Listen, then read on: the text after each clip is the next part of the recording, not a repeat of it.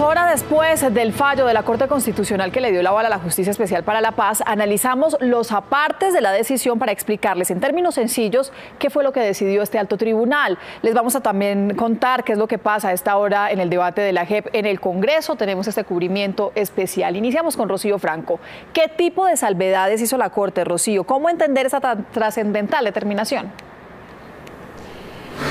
Pues lo que hay que entender de esta determinación es que la Corte Constitucional justifica esta Justicia Especial para la Paz como un mecanismo transitorio para pasar de un estado de conflicto armado hacia la paz. Pero la Corte ha señalado que si bien es cierto, se avala la JEP, también los guerrilleros que se sometan a ella tienen que cumplir estrictos mecanismos, hacer un tema de sometimiento para poder pasar y poder ser beneficiarios de todo lo que cobija esta norma. Aquí les vamos a explicar con un ABC qué es lo que se tiene que tener en cuenta y por qué es tan trascendental este fallo de la Corte Constitucional. Con el fallo de la Corte Constitucional, los guerrilleros desmovilizados podrán participar en política, así sean sancionados por la Justicia Especial para la Paz, pero la misma JEP deberá determinar si esa sanción por el tipo de delito es incompatible con el cargo a ocupar. Entonces, hay una sanción que puede o no ser compatible con el ejercicio de una función pública o de un cargo de representación. O sea, si la JEP determina que se va a poner una sanción, pero que las condiciones de cumplimiento de esa sanción le permiten a la persona simultáneamente ejercer un cargo público, podría hacerlo. ¿Qué es la compatibilidad? Por ejemplo, si un exguerrillero fue condenado por un hecho delictivo en Arauca, la JEP podría considerar que es incompatible que fuera alcalde de ese municipio por la presencia de víctimas. ¿Los guerrilleros ya condenados y que se sometan a la JEP podrán participar en política? La Corte les dijo sí, pero con un condicionamiento. Las penas quedan suspendidas y estas personas se someten a lo que disponga este sistema especial de justicia transicional. ¿Qué pasará con los particulares como empresarios y campesinos involucrados en el conflicto? No quedaron obligados a comparecer ante la JEP. La vinculación a la JEP es voluntaria o está sujeta por el principio de voluntariedad, o sea que esos terceros acuden a la JEP en unas condiciones y en unos tiempos que la ley debe señalar. La Corte amplió el tema de los fueros. No solo el presidente de la República queda exento de comparecer a la JEP, sino también los demás aforados. Entonces todos los aforados constitucionales pues, conservan su fuero. Dentro de otras determinaciones, los magistrados extranjeros de la JEP solo serán asesores, no tendrán ni voz ni voto. Dada la naturaleza del origen transicional de la JEP, su vigencia no podrá ser por un término superior a 20 años.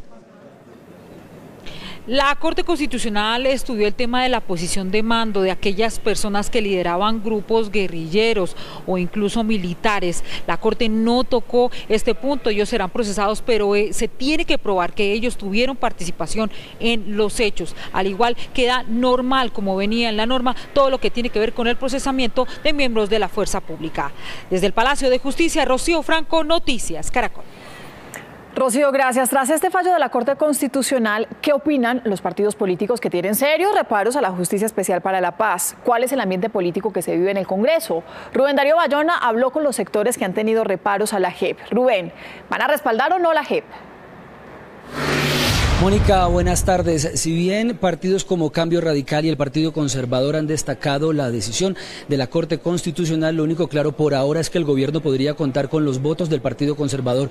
Cambio Radical sigue manteniendo sus reservas frente a este proyecto de ley, sobre todo en temas que tienen que ver con las inhabilidades para los magistrados y también la participación política de los máximos responsables. Por su parte, el Centro Democrático ha dicho que no le va a hacer quórum al gobierno para este proyecto de ley y que tampoco se hicieron cambios sustanciales con el fallo de la Corte Constitucional. El Centro Democrático cuestiona que la JEP tenga un límite de 20 años y la participación política de las FARC. Para los uribistas no hubo cambios sustanciales. Lo fundamental sigue igual. Militares sin fuero, nivelados con terrorismo, condenados a reconocer delito no cometido o exponerse al riesgo de 20 años de prisión. La participación política de la FARC es permitida realmente sin ningún tipo de contraprestación. Basta con que se presenten ante la JEP para que queden habilitados para hacer política y eso sin duda es un saludo a la bandera.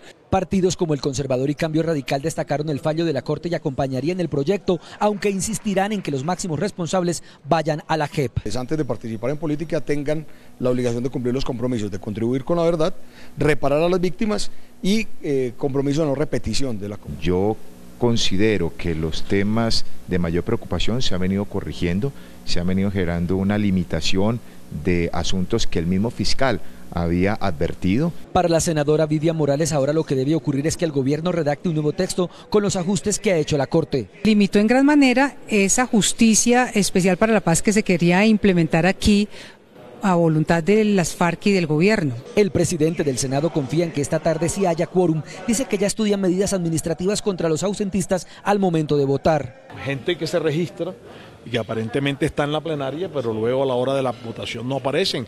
Es que el que no le gusta el proyecto puede votarlo negativamente. Cuando el gobierno no tiene la mayoría, nosotros no se la vamos a armar.